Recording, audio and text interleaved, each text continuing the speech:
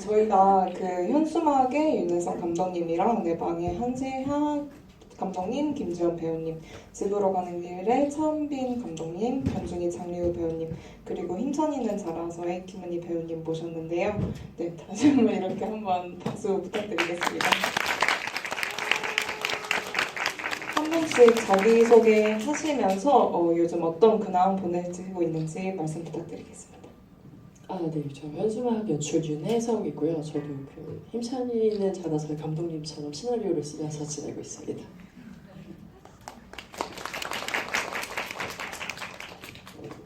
네, 안녕하세요. 저는 내방 감독 한세아이고요. 저는 그냥 일을 하면서 지내고 있는데 혹시 괜찮다면 오늘 배우분들이 좀 많이 와주셨는데 한 분씩 그냥 짧게 소개해드려도 괜찮을까요? 네, 저희 지효 역할의 이지연 배우님 저기 있네요. 잘 부탁드립니다. 네, 지효 역할의 김예성 배우님, 엄마 역할의 이혜린 배우님, 아빠 역할의 장덕주 배우님, 수빈 역할의 이주은 배우님, 네, 지한 친구 유진 역할의 김나연 배우님, 네, 와주셨습니다. 네, 감사합니다. 네, 안녕하세요. 내 방에서 지한 역을 맡은 김지원이라고 합니다. 안녕하세요. 다른 작품도 지금 같이 찍으면서 준비하고 있습니다. 네, 안녕하세요. 집으로 가는 길 연출한 차은빈입니다. 반갑습니다. 그리고 일하면서 시나리오 쓰면서 그렇게 잘 지내고 있습니다. 네, 감사합니다. 안녕하세요. 변준입니다.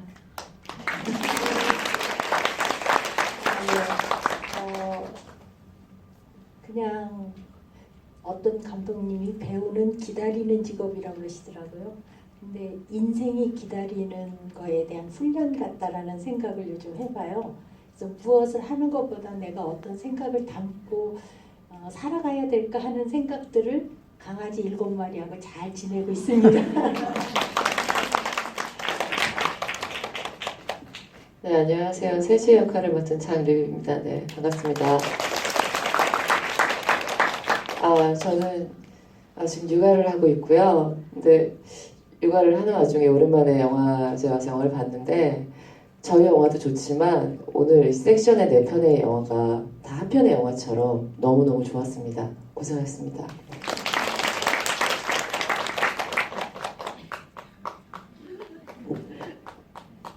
안녕하세요. 저는 힘찬이는 자라서를 연출한 김은희입니다. 저도 오늘 요즘에 시나리오 쓰고 있고요. 원래 오늘 노재영 배우님이랑 김민서 배우님을 모신다고 하셨다가 요즘에 바쁘게 촬영을 하고 계셔서 갑자기 촬영 일정이 생겨서 정말 죄송하다고 말씀을 전해주셨습니다. 네, 고맙습니다. 네, 다들 바쁘게 지내고 계신 것 같고요. 저희 관객분들이 질문 준비하시는 동안 제가 간단하게 한 가지씩만 여쭤보려고 해요. 일단 현수막을 보면서 제가 사라진 언니나 15년 현수막이라는 소개체가 되게 신선하게 다가왔던 것 같아요. 길거리에서 그런 현수막을 보면서 이거를 실제로 보고 누군가 가족이 찾아간다라고 상상을 별로 해본 적이 없는 것 같아서 이런 영화를 좀 소재를 선택하시게 된 이유? 그게 좀 궁금합니다. 제가 그 전부터 가족에 관한 드라마를 만들고 싶다라고 생각을 했어가지고 이제 가족이란 소재의 어떠한 주제나 메시지 정도를 정했는데 이제 그런 것들을 어떻게 은유적으로 좀 전달을 할까라고 생각을 하다가 이제 거리에 있는 현수막이 그때 눈에 들어왔던 것 같아요. 그러면서 이제 현수막을 이런 어떤 소재적인 메타포를 통해서 좀 전달을 해보면 어떨까라고 하면서 실종된 가족들 이야기를 떠올렸던 것 같습니다. 네, 그리고 영화 속에서 뭔가 신혜분의 그 전에 있었던 일이라든지 그리고 감정선이 좀 생각보다는 많이 안 드러나 있다고 느꼈을 때가 많아요. 그렇게 좀 비율을 조정하신 이유나 그런 게 좀 궁금했거든요. 맨 처음에 제가 그러니까 언니를 주인공으로 한 장편이 먼저 있었어요. 장편 시나리오 아이템이 먼저 있었고 이제 그것들을 단편화하는 과정에서 시내의 서사가 담기가 조금 길어가지고 이제 주인공을 그 동생 지호로 바꾸고 그 다음에 이제 시내의 많은 부분들은 생략하고 조금 압축적으로 돌아온 다음에 좀 행동들이나 그런 것들로 보여줬으면 좋겠다라고 생각을 해서 많이 좀 압축을 했던 것 같아요. 저는 좀 궁금했던 게 자신의 얼굴이 있는 그 현수막을 이렇게 돌돌 말면서 무슨 생각을 했을지 시내가 그런 것도 좀 궁금했거든요. 제 생각에는 이제 시내는 맨 처음에는 현수막이라는 의미를 잘 모르고 어떠한 그런 표면적인 행위만 하고 있다가 나중에 그것들의 의미를 되찾고 그때부터는 이제 조금 다른 의미로 그 현수막을 바라보면서 좀 수고하지 않았을까라는 생각을 했던 것 같습니다. 답변 감사합니다. 그러면은 내방으로 넘어가서 일단 제가 영화를 보면서 캠 스터디를 하는 거나 그런 게 좀 청소년 당사자가 아니면은 몰랐을 만한 그런 소재잖아요. 그런 걸 어떻게 좀 알게 되셨는지 그게 좀 궁금했어요. 그거는 제가 유튜브를 좀 많이 보는데 제가 그 약간 장난감 언박싱하는 유튜브도 많이 보거든요. 그래서 그런 거 보다 보면 알고리즘으로 이렇게 청소년 친구들이 뭔가 브이로그나 아니면 스터디캠 찍는 거를 많이 볼 수 있는데 그걸 보고 좀 젊은 감각을 들여오지 않았나. 네. 네, 그래서 저는 영화를 보면서 그 감독님이 청소년 시절에 자신만의 방을 가지고 계셨는지 혹은 그거를 찾아오는 과정이 어땠는지 그런 게 좀 궁금하기도 했거든요. 좀 설명해 주실 수 있으실까요?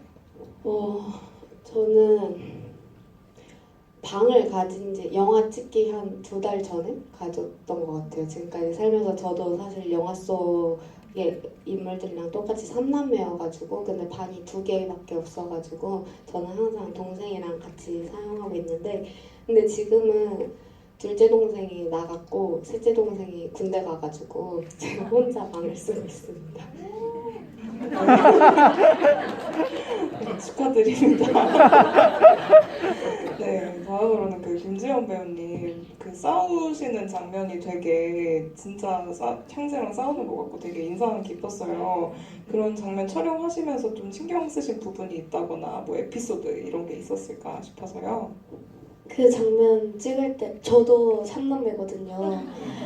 저도 남동생 있고 이 언니 있어서 언니한테도 많이 물어봤었고 그럼 그 테이크 조금 많이 갔었거든요. 감정을 잡을 때 여기서 막 던지고 이러는 장면들이 있어가지고 이거 또 다 던지고 엔진하면은 또 다시 주워가지고 또 다시 정리하고 그래서 그런 거 되게 신경 쓰다가 감독님이 너의 감정을 이제 한번 쫙 이렇게 설명해 주셔가지고 그 설명 이제 딱 듣고 감정 잡고 해가지고 잘 나올 수 있었던 것 같아요. 네. 그러면은 그 촬영하시면서 3남매시다 보니까 좀 더 공감 가시는 부분이 있었을 것 같은데 뭐가 있으셨어요? 되게 남동생이 혼자 방 쓰고 남동생 혼자 게임하고 좀 그렇게 막내라서 많이 하지 않나 생각이 듭니다. 네, 개인적인 경험 때문에 그런 감질나는 연기가 나오지 않았나 싶고요. 다음으로는 그 집으로 가는 길에 한번 질문을 드려보고 싶은데 결국에 저는 영화 보면서 제목에 답이 있다고 생각을 했어요. 그래서 저는 내심 예화분께서 그러니까 자신의 좀 더 주체적인 선택을 하셨으면 좋겠다고 생각을 했는데 좀 뭔가 안타깝다 이런 생각이 들기도 했거든요. 그래서 이 집이라는 게 그 딸과 함께 사는 집이었을지 아니면 뭐 내가 혼자 원래 살고 있는 집일지 그런 부분에 대한 고민도 좀 했었고 그리고 결국에 집이란 무엇일까 이런 생각도 좀 들게 됐거든요. 네, 이런 식으로 좀 제목을 선택하신 이유랑 그리고 결말을 이렇게 잡게 되신 그런 이유에 대해서도 궁금합니다.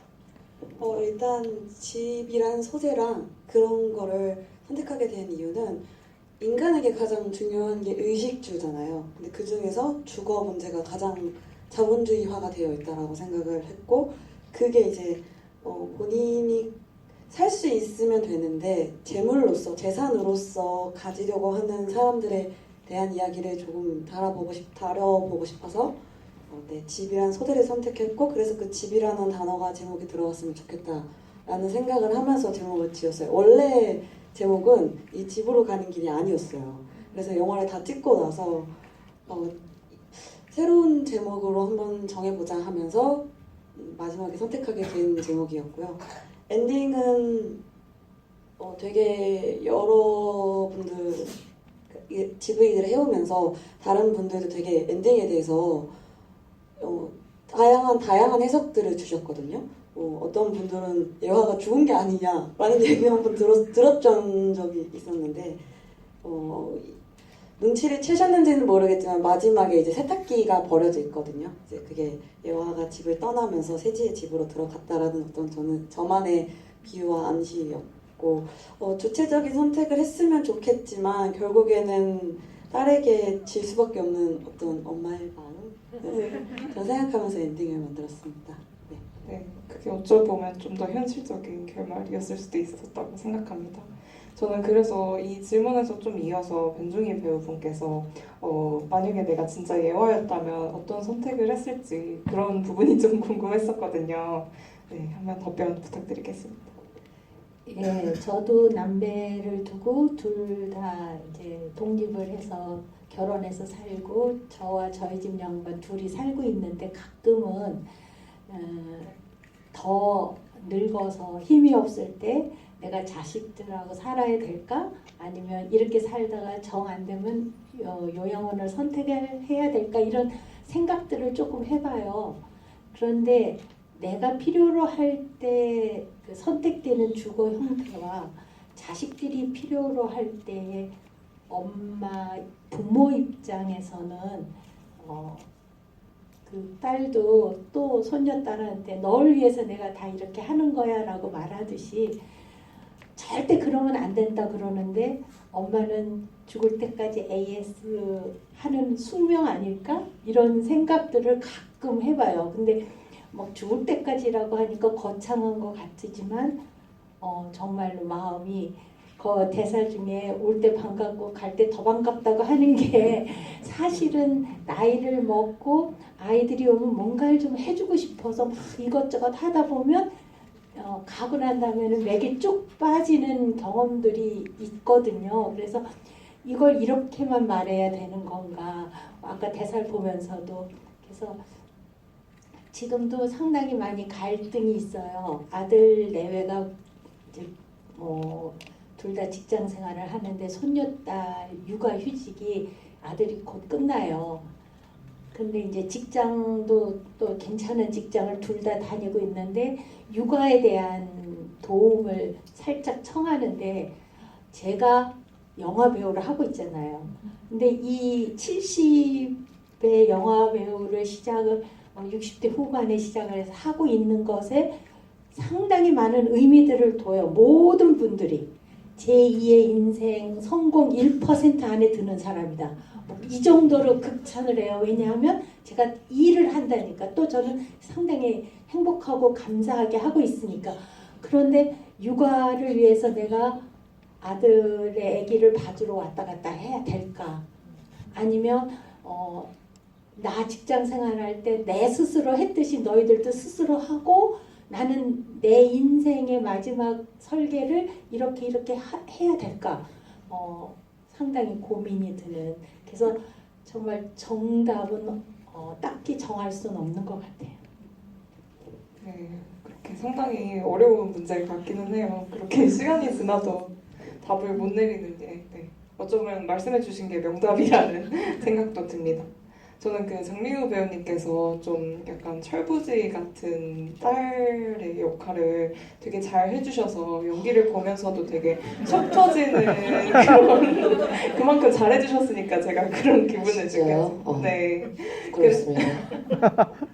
그래서 그게 좀 두 분이서 호흡을 맞추시면서 좀 어떤 노력을 하셨는지도 궁금하고 그리고 개인적으로 그런 캐릭터를 연기를 하시면서도 좀 어떤 과정이었는지 그런 것에 대해서 설명 부탁드립니다. 우선 제가 오늘 영화를 처음 봤는데 저 딸이 너무 무섭더라고요. 저렇게 이렇게 영화상에서 선배님이랑 이제 영화 찍기 전에 리딩도 많이 하고 연습도 많이 했었거든요. 왜냐면 엄마와 딸의 얘기인데 뭔가 다정다감하거나 그렇진 않잖아요. 그러니까 죄송합니다. 목이 쉬어서.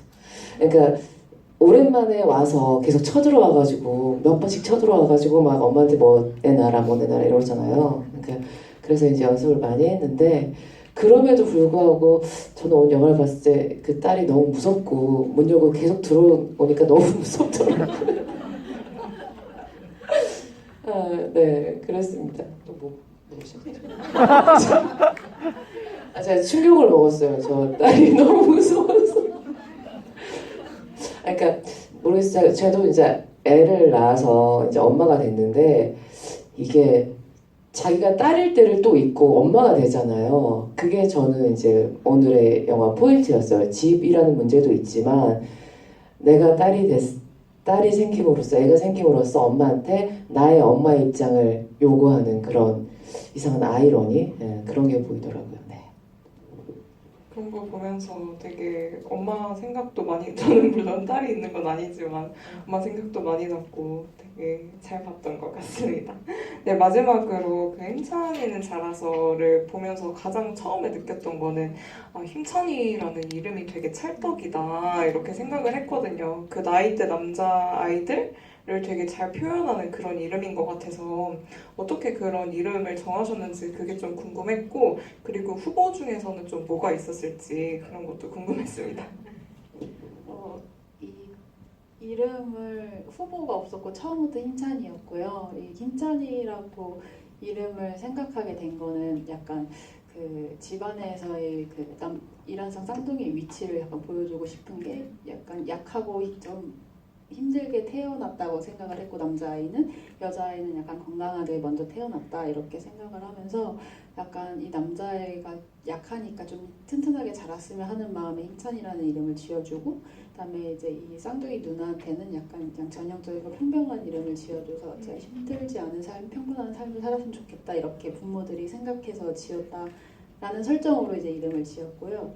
힘찬이라는 이름을 생각하게 된 거는 진짜 우연히 트위터를 켰는데 실트에 힘찬 뭐 이렇게 뭐가 써있더라고요. 그래서 이거다 이러면서 바로 썼습니다.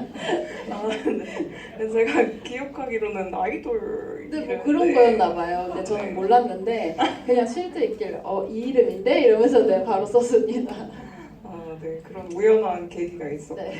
영화를 보면서 그 친구 남편분이 되게 성차별적인 발언을 많이 하잖아요.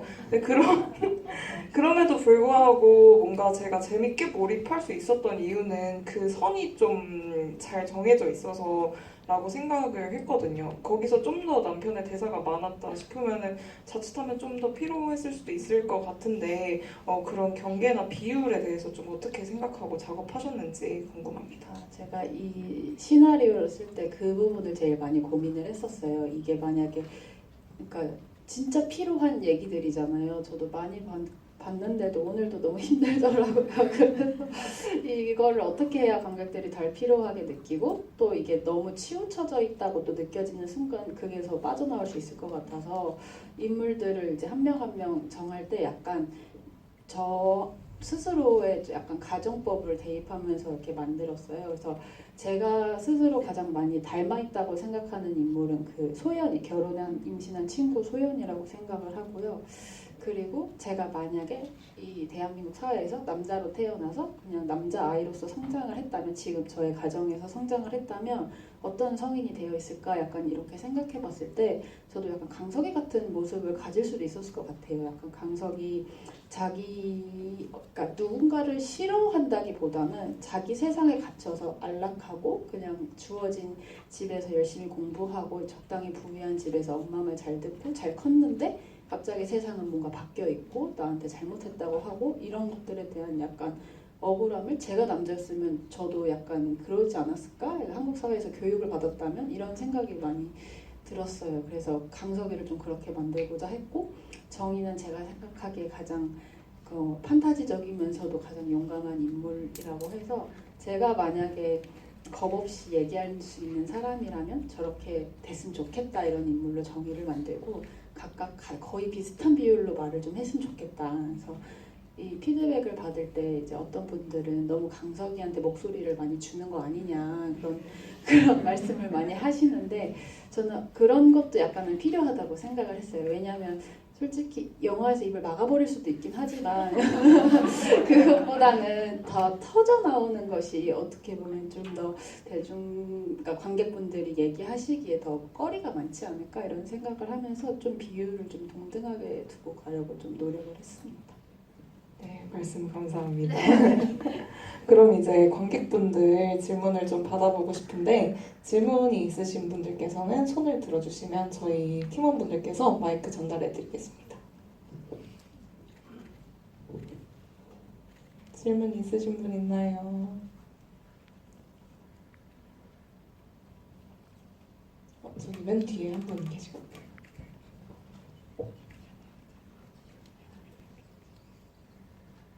안녕하세요. 전 4편 영화 너무 재미있게 잘 봤습니다. 먼저 감사드리고요. 전 힘찬이는 잘하서의 김은희 감독님께 여쭤보고 싶은데 혹시 마지막에 등장한 보영이라는 그 친구를 연구실에 있는 이제 학생으로 그렇게 직업을 연출하신 이유가 있으신지 궁금합니다. 이게 약간 저는 영화가 짧긴 하지만 이 영화 속에서 다양한 차별의 모습들과 또 그 차별에 대한 그 다양한 입장을 약간 보여주고 싶었어요. 그래가지고 그 보영이라는 인물이랑 그다음에 정희, 소연이가 다 각각 다른 스탠스를 가지고 있는 사람들이잖아요. 그 중에 이제 보영이를 연구원으로 설정했던 이유는 강석이랑 약간 비슷한 면을 두고 싶기도 했고 제가 생각했을 때 약간 제 편견일 수도 있지만 한 가지 과목을 깊게 파는 사람들은 주위를 볼 여력이 많이 없다고 생각을 했어요. 그래서 보영이가 그런 스탠스를 가질 수밖에 없었던 이유를 조금 만들어주고 싶었고 물론 핑계로서 받아주고 싶은 것은 아니지만 그래도 얘가 한 가지 연구에 정말 특히 또 제가 그 대학교 학부를 공대를 나왔는데 공대 친구들에서 연구실에서 진짜 시달리는 모습을 보면 그냥 생존하는 것 자체가 목표인 것처럼 보이기도 하더라고요. 그래서 그들에게 어떤 그 연구실에서의 그 생존하는 삶에 그 여력을 다하고 있는 친구에게 너는 이런 사회 문제에 관심이 없냐 또 이런 식으로 말할 수 있을까 또 이런 스스로의 질문도 많았고 그래서 한 가지를 깊이 파는 직업을 택하다 보니 연구원을 선택하게 됐습니다. 네, 답변이 되셨을까요? 네, 다른 질문이 있으신 분들 손을 들어주시면 감사하겠습니다.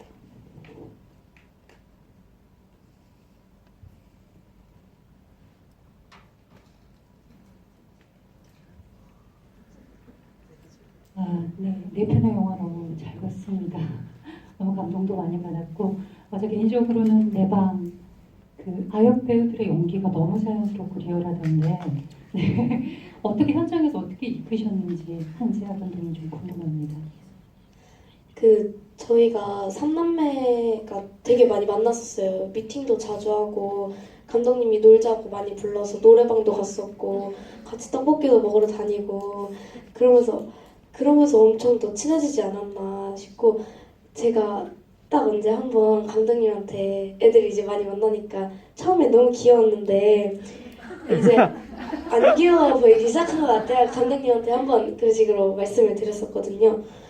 그러면서 점점 이제 친밀감이 더 생기고 그래서 연기할 때도 좀 더 편하게 다 할 수 있지 않았나. 그리고 거의 대사들이 애드립인 것도 많았거든요.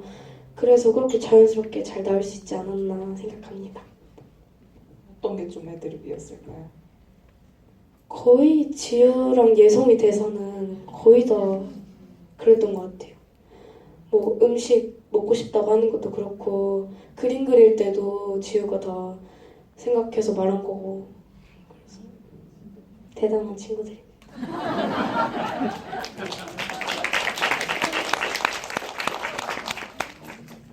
네, 다음 질문하실 분께서는 네, 맨 앞에 한 분 계시거든요, 정현님.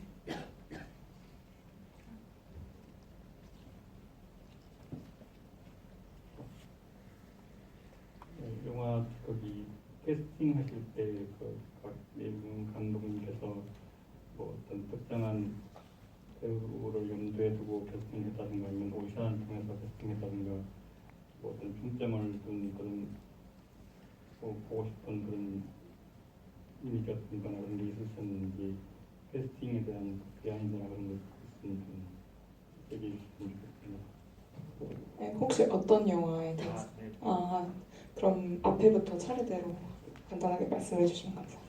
그 현수막의 주화 배우는 제가 전주영화제에서 성적표의 김민영을 보고 나서 이제 그때 시나리오를 한참 쓰고 있던 차에서 연락을 드려서 되었고, 그 성령 배우는 제가 단편 밤사이라는 단편을 되게 좋아해요. 그래서 원래 제가 같이 작업을 해보고 싶어서 연락을 드렸고, 민희 선배님 같은 경우에는 제가 워낙 좋아하는 배우님이기도 하지만 이제 제가 사원증이라고 일전에 단편 작업을 같이 하면서 좀 의지하면서 같이 작업을 하는 배우님이라 또 이렇게 연락을 드려서 같이 하게 되었습니다.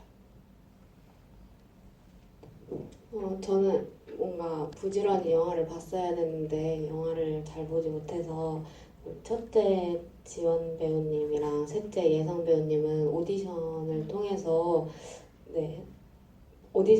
캐스팅했는데 근데 진짜 한 번에 너무 좋아서 사실 지원 배우님이 그 전작의 단편에 나온 부분을 너무 보고 싶어서 일면식도 없는 감독님한테 그냥 전화해가지고 그거 보여주실 수 있냐고 해서 캐스팅했고, 지연 배우님 같은 경우는 제가 그 전에도 아는 배우님이랑 같이 나온 영화가 있어서 근데 지원 배우랑 너무 닮은 거예요. 그래서 캐스팅하게 되었고, 저희 엄마 아빠 역할로 나오신 배우님들은 실제 부부시기도 하고 언젠간 터질 거야라는 단편 영화에서도 실제 부부로 연기해 주셔가지고 그거 보고 캐스팅하게 되었습니다. 네, 저는 시나리오 쓸 때부터 일단 변진 선생님은 제 마음속에 항상 계셨고요. 그래서 단편을 보고 다른 뭐 장편을 좀 보고 이제 변진 선생님이 해주시면 정말 좋겠다라는 생각을 했어서 저도 이제 일면식도 없는 감독님들 인스타 찾아가지고 DM 보내고 막 이랬었거든요. 번호를 저도 몰라가지고 그랬었고, 정래호 배우님도 이제 이장이라는 장편을 보고 너무 같이 하면 좋겠다라는 생각을 했고, 그리고 이제 변증희 선생님의 친구분들, 할머니 친구분들은 사실 연기를 하시는 분들이 아니고 저의 친막내 할머니랑 막내 할머니의 친구분들이 이제 나오셔서 연기를 같이 해주셨거든요. 네. 물론 오늘 같이 오셨으면 좋았겠지만 모임이 있다고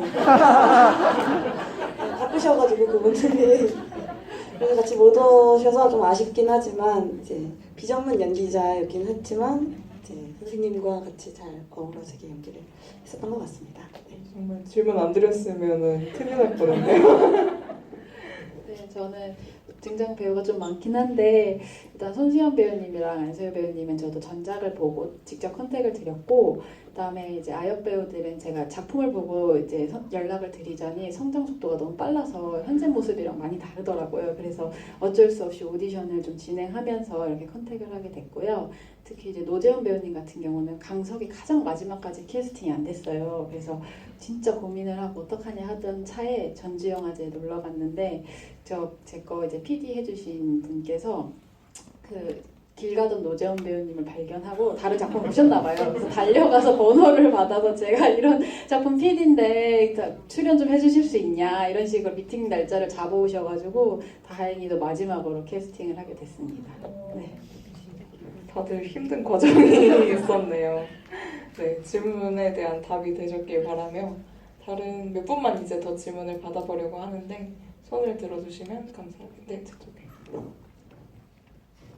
네, 안녕하세요. 네 섹션 모두 가족과 관련된 영화나 너무 잘 봤고요. 또 연령별로 느낄 수 있는 것들이 되게 적절하게 다양하게 구성되어서 되게 너무 많이 좋았습니다. 저는 사실 7남매예요. 저는 네 7남매 중 이제 장녀면서 둘째거든요. 그래서 가족과 관련된 영화를 되게 많이 보는 편인데 저는 현수막을 보면서 전 동생들이 계속 태어나는 걸 보잖아요. 보면은 점점 나에 대한 관심이 없어지고 계속 동생한테만 쏠리는 그런 것들이 저한테는 나는 누구지? 왜 나한테는 뭐 관심이 정말 없어지지? 이러면서 좀 제 마음이 항상 실종되는 듯한 그런 경험을 했었거든요. 네. 그러면서 저희 과거가 막 떠올랐는데요. 그래서 현수막 감독하신 윤혜선 감독님께 질문을 드리고 싶어요. 감독님이 실제로 경험했던 이야기들이 현수막이라는 단편 영화 속에 어떻게 녹아 들어 있는지 아니면은 자기가 겪었던 개인적인 현수막을 제작하면서 하고 싶은 이야기가 있는지 더 궁금합니다. 뒷이야기. 슬럼프 대단하십니다. 저는 남동생이 하나 있어요. 그러니까 이 영화의 시작을 할 때마다 제가 남동생 욕을 하고 다니는데 저는 제 남동생한테 늘 존재의 의미를 물어봐요. 너는 되게 쓸모없는 것 같다. 가족 구성원으로서의 너의 쓸모를 좀 보여달라고 약간 이런 얘기를 할 때가 있어요. 걔도 이제 대학원 공대생이라 연구실에만 있고 집에 잘 찾아오지도 않고 이래가지고 이제 그러고 있다가 제가 가족이 진짜 뭘까 이게 같이 오래 한 시간이 없으니까 가족으로 안 느껴지는 것도 있고 이러다 보니까 이 친구가 나에게 진짜 가족일까라는 고민을 마음속으로 가지고 있었던 것 같아요. 이제 그런 것들이 이제 영화적으로 조금 표현이 됐던 것 같고 그러고 있다가 이제 저희가 할머니가 돌아가셨는데 그때 장례식장에 동생이랑 같이 앉아 있는데 뭔가 되게 좀 든든한 거예요. 그래서 말을 많이 오래 한 것도 아니고 그냥 같이 오랜 시간을 보낸 것도 아닌데 그냥 뭔가 되게 가족이라는 존재로 누군가 옆에 있다는 것만으로도 되게 든든하다고 느꼈고 그냥 나중에 이제 저희 어머니 아버지가 돌아가시고 나서 얘가 되게 쓸모가 있겠구나라고 그때 느꼈던 것 같아요. 그래서 그러면서 되게 무거운 짐을 그때 장례식장에서 묵묵히 그냥 나르는 그 모습에 제가 되게 든든하다, 되게 엄마가 동생을 낳아준 게 진짜 감사하다라는 생각도 들었고, 그래서 그런 것들이 조금 이제 영화적의 뒤에서도 나오지만 이제 어떤 존재만으로도 조금 나에게 힘을 실어주는 그런 울타리가 아닐까라는 생각을 하게 됐습니다.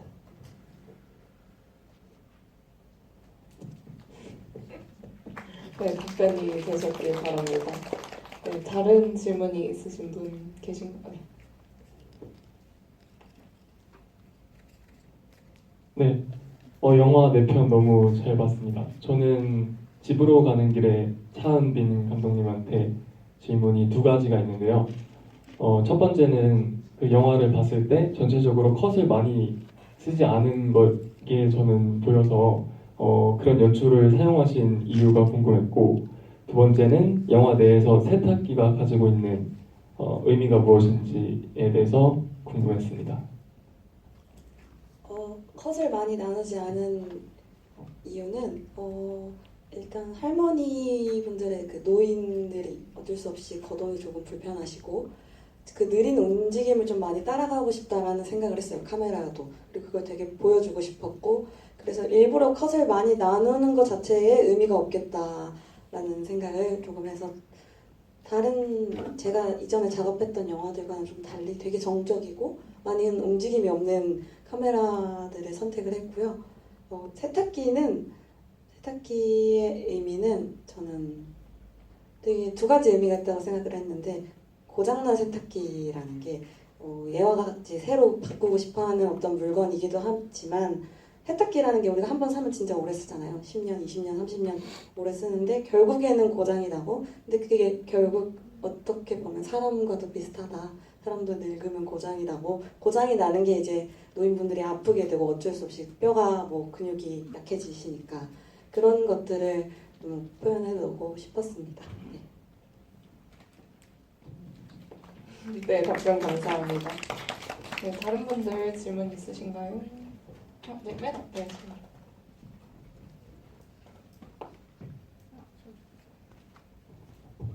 저 4편 너무 잘 봤고요. 저는 힘찬이는 자라서 궁금한데 다들 연기가 너무 자연스러워서 엄청 몰입하면서 봤는데요.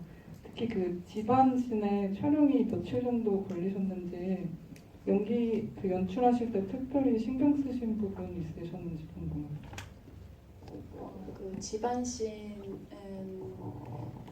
회차로는 2회차가 잡히긴 했는데 약간 시간으로 보자면은 2회차 반 정도라고 말씀을 드려야 될 것 같아요. 거의 밤새면서 찍어가지고 그랬었고 그 대화씬이 진짜 저는 너무 어렵고 힘들었어가지고 그 촬영을 위해서 리딩을 진짜 많이 했어요. 그래서 그 배우분들하고 같이 약간 토론하듯이 리딩을 하고 그러니까 의견들을 저는 더 많이 듣고 싶었거든요. 그래서 이 순간에 그러니까 본인의 인물에 이입해서 이 순간에 이 뭐 정희가 이 순간에 소연이가 이 순간에 강석이가 이런 말을 할 수 있을까 이런 말이 타당한가 또 이런 말을 했을 때 그 말을 발화하면은 그 말을 던지는 그러니까 예를 들어서 정희가 강석에게 말을 하지만 그거는 또 튕겨져서 소연이 듣고 있기도 하잖아요. 그랬을 때 소연은 감정은 어땠을까 이러한 얘기를 진짜 많이 했고 진짜 치열하게 연습을 했던 것 같습니다. 그래서 현장에서는 생각보다 합이 너무 잘 맞으셔가지고 또 저희가 촬영 준비할 때도 계속 세 분이서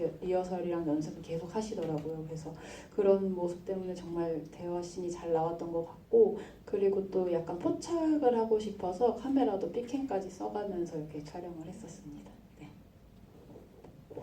네. 다른 분 질문 있으신가요?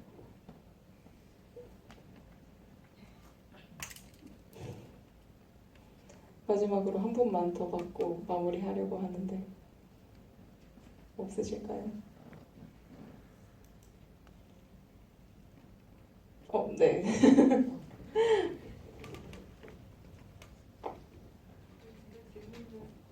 해야지 이게 끝날 수도 있을 것 같아요. 영화 너무너무 잘 봤고요. 독립영화제 여기저기 많이 다니고 있는데 이번에 내 편이 정말 너무 좋았고 저는 저기 변 배우님 맞으시죠? 그동안 영화에서 몇 번 제가 뵀었거든요. 근데 연배도 있으신데 갑자기 스크린 나오셨는데 대사도 너무 잘하시고 표정이랑 몸이랑 목소리가 딱 그 배우에 맞는 것 같아요. 그래서 어떻게 연습을 하시면 그렇게 완벽하실 수 있을까요? 궁금해서요. 아유 너무 과찬이십니다. 이렇게 제가 배우를 한다니까 가끔 어이없이 들리는 얘기가 이뻐졌대요. 그게 배우는 예쁘다 이런 논리들이 좀 저변에 깔린 것 같아요. 마찬가지로 막상 이렇게 제가 출연한 걸 보니까 저긴 조금 과한 것 같다 하고 저한테 이렇게 체크를 하게 되는 부분도 나오는데 대본을 받으면 첫째는 제가 오래 살았다는 것이 큰 도움이 되는 것 같아요. 그래서 내가 살아온 만큼의 생각과 감정과 관계가 좀 이렇게 정리가 된다라는 생각이 들고 더 감사한 거는 학부에서 전공했던 것과 또 뭐 대학원에서 전공했던 것과 그 다음 많은 워크숍에 참여해서 했던 것들이 다 써요. 그게 너무 감사한 거예요. 그래서 좀 이렇게 와보면 제일 나이가 많은 배우 뭐 이런 얘기들도 나오는데 그렇게 살아왔던 것이 실패도 있고 실수도 있고 좌절도 있고 또 보람도 있고 이런 것들이 다 어우러진 것을 찬찬히 쳐다보면서 이렇게 그 사람의 삶을 그냥 제 나름대로 이렇게 생활사를 이렇게 정리해보는 거 그게 제일 큰 도움이었던 것 같아요. 네, 말씀 감사합니다. 더 많은 작품에서 뵙고 싶은 그런 마음입니다. 네, 그러면은 오늘 소감 어떠셨는지 간단하게 말씀해 주시고 앞으로 좀 어떤 계획을 갖고 계신지도 말씀 부탁드리겠습니다. 맨 끝에 김은희 감독님부터 부탁드리겠습니다. 그 토요일 아침부터 이렇게 오셔서 영화를 같이 함께 해주시고 질문까지 해주셔서 너무 감사드리고요. 저는 요즘에 열심히 시나리오를 쓰고 있어서 가능하다면 내년이나 내후년쯤에 투자나 아니면 지원을 받아서 장편을 찍었으면 하는 소망이 있고요. 그래서 빠른 시일 내에 또 다른 영화로 만나 뵙기를 바라겠습니다. 감사합니다. 네, 아침 10시 이렇게 영화 보러 와주셔서 너무 감사드리고요. 저는 이제 아기를 낳고 거의 처음 찍은 게 저희 이 영화거든요. 그리고 그 다음에 뭐 단편도 찍고 또 찍었는데 정동진 영화제 혹시 가실 분이 계시면 거기 또 제가 나온 영화가 네, 장편 영화가 나오니까요. 네, 봐주시면 감사하겠습니다. 네, 감사합니다. 네, 저는 아까 말씀드린 대로 전 지방에 살아요. 충청남도 아산에 살고 있거든요. 그래서 귀촌한 지 5년 차 되거든요. 근데 너무 좋아요. 그러니까 집을 깨끗하게 관리는 못하는데 더러우면 더러운 대로 너무 감사하고 그래서 앞으로 사는 건 이기적으로 건강하자. 저는 아주 이기적으로 건강해야지 이런 생각을 하면서 내가 건강하다면 내가 이렇게 움직이는 거, 살아있는 행동, 생각들이 좀 더 오래 가지 않을까? 이런 생각을 제일 많이 해요. 그리고 이렇게 뭐 말씀하신 대로 여기저기 얼굴을 디밀다 보니까 이 마음에 가끔 욕심이 올라와요. 꼭 두더지 잡는 거에 두더지들이 쏙쏙 올라오듯이 제 안에 욕심들이 올라오는데 가능하면 망치로 뿅뿅 치면서 욕심 없는 훈련을 해보자 이렇게 하면서 살고 있습니다. 감사합니다. 일단 토요일 오전 10시에 주말에 영화 보러 오시기 힘들었을 텐데 다들 많이 와주셔서 정말 감사드리고요. 저는 이제껏 그래왔듯이 일도 하고 시나리오도 쓰고 영화도 만들고 싶은 마음은 있지만 찍을 수 있을지 없을지는 모르겠지만 네, 화이팅입니다. 네, 저는 앞으로도 그렇게 잘 지낼 것 같습니다. 감사합니다. 네, 먼저 그 주말에 이른 시간에 영화 보러 와주셔서 너무 감사드리고요. 좋은 감독님이랑 좋은 배우님들이랑 같이 영화 찍어서 너무 좋았고 영화제에서 보니까 더 좋고요. 다른 작품으로 또 찾아뵙도록 하겠습니다. 감사합니다. 네, 영화 보러 와주셔서 감사하고 오늘 사실 내 방 첫 상영 첫 GV인데 그래서 네 되게 엄청 떨리고 또 할 것 같은데 근데 여전히 이렇게 관객분들 만나는 거는 신나는 일인 것 같아요. 그래서 앞으로 더 신나는 일 많이 생길 수 있게 영화 작업 꾸준히 오래 하겠습니다. 감사합니다. 저도 귀한 시간 내주셔서 이렇게 너무 와주신 거 너무 감사드리고 제가 개인적으로 사실 변종희 선생님이랑 장리호 배우님 팬이에요. 그래가지고 오늘 되게 팬심으로 집을 너무 잘 봤고 두 분 다 육아보다는 평생 연기만 해주시면 너무 감사드릴 것 같고 제 곧 점심시간인데 점심도 맛있게 드시길 바라겠습니다. 감사합니다. 감사합니다. 오늘 자리해주신 모든 분들께 감사드리면서 이만 자리 마치도록 하겠습니다. 감사합니다.